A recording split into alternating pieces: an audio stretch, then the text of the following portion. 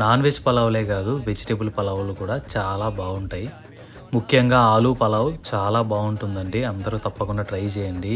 ఇందుకోసం ముందుగా మన ఛానల్ని సబ్స్క్రైబ్ చేసుకొని స్టవ్ ఆన్ చేయండి.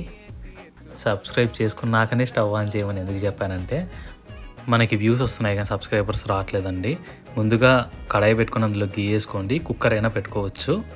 కుక్కర్లో ఈ బిర్యానీ దినుసులన్నీ వేసేసుకోండి. ఇంట్లో ఏవి అవైలబుల్గా ఉంటే వాటిని మాత్రమే వేసుకోండి. నేను జీడిపప్పుల లాంటి కాస్ట్లీ ఐటమ్స్ ఏవి వేయట్లేదు ఇందులో. చాలా బేసిక్. ఇక్కడ చూడండి, మిరపకాయలు, ఉల్లిగడ్డలు మాత్రమే వేశాను. ఫస్ట్ వీటిని లైట్గా వేపుకోవాలండి. నేను గీ వాడుతున్నాను, ఎందుకంటే నేను ఆయిల్ ఎక్కువ యూజ్ చేయను అనమాట. గీ వాడుతున్నాను. ఇలా లైట్గా ఫ్రై చేసుకున్న తర్వాత కొద్దిగా, అంటే 1 లేదా 2 టమాటాలని ఇలా సన్నగా